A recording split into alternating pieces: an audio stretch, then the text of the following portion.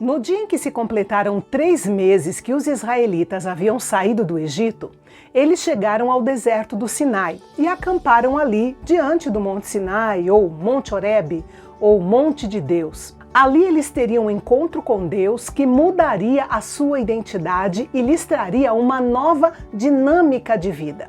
O Senhor estava prestes a formar um relacionamento nunca visto antes entre Deus e um grupo de pessoas, um relacionamento de aliança. Chegando ali, Moisés subiu ao monte para encontrar-se com Deus e Deus deu uma mensagem ao povo.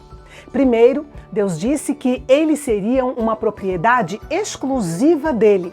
Não porque eles fossem melhores do que as outras nações, absolutamente, mas sim porque eles eram diferentes, separados pelo Senhor para uma obra especial que era trazer ao mundo o seu Filho Jesus Cristo para redimir toda a humanidade da escravidão do pecado. Em segundo lugar, eles seriam um reino de sacerdotes. Mesmo que mais tarde Arão e os seus filhos fossem servir como sacerdotes do povo, a real intenção de Deus era que todo o povo de Israel vivesse como sacerdotes, manifestando a verdade de Deus e compartilhando as suas bênçãos com o mundo inteiro. Em terceiro lugar, Deus queria que eles fossem uma nação santa, ou seja, um povo separado para Deus.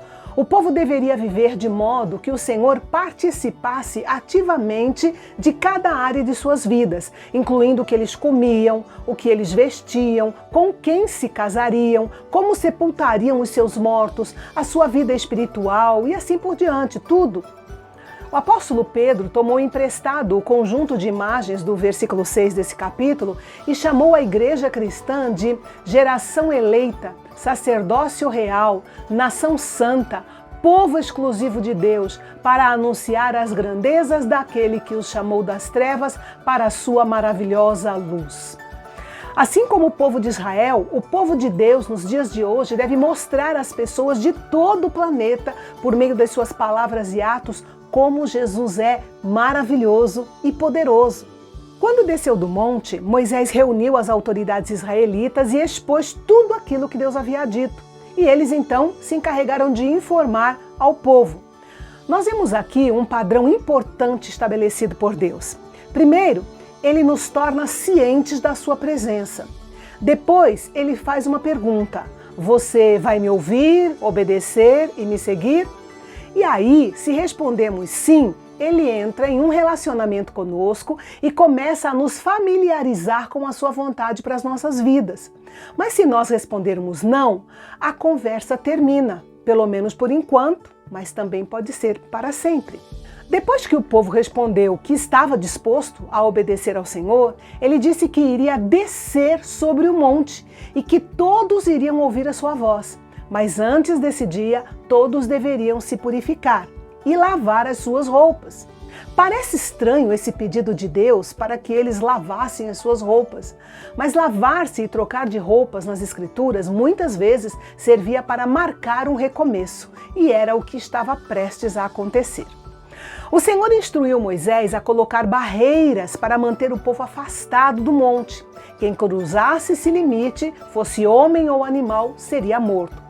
Ficar longe do Monte Sinai era uma questão de vida ou morte, pois a presença de Deus santificava a montanha. Aqui nós temos o princípio de Deus de que existe uma barreira entre Deus e o homem. Veja que mesmo que o ritual da lavagem do corpo, a troca de roupas, simbolizasse uma purificação interna, espiritual, na realidade era apenas uma purificação externa.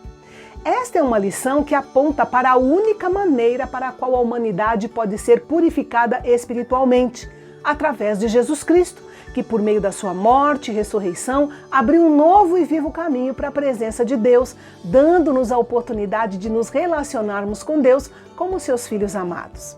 Enfim, quando amanheceu o terceiro dia, houve trovões e raios e uma fumaça que subia como de uma fornalha. Todo o monte tremia, enquanto o som da trombeta era cada vez mais forte. Havia temor santo no coração do povo. Até Moisés admitiu que estava tremendo de medo.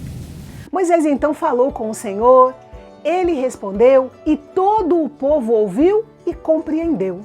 Deus ordenou que Moisés subisse a montanha sozinho. Ele foi, mas voltou rápido. Deus disse para ele descer e reforçar ao povo, inclusive aos sacerdotes, para não cruzar o limite da montanha, para que eles não morressem. Depois ele deveria retornar ao monte e dessa vez levar Arão, o seu irmão, junto com ele. Moisés, então, fez conforme Deus havia ordenado. Estava ficando cada vez mais claro que somente quando o povo obedecesse fielmente a Deus, eles poderiam desfrutar dos privilégios de ser um reino de sacerdotes, um tesouro peculiar de Deus e uma nação santa. E amanhã nós vamos ver a continuação da conversa entre Deus e Moisés, deixando muito claro que quem tem liberdade deve estar preparado para as responsabilidades.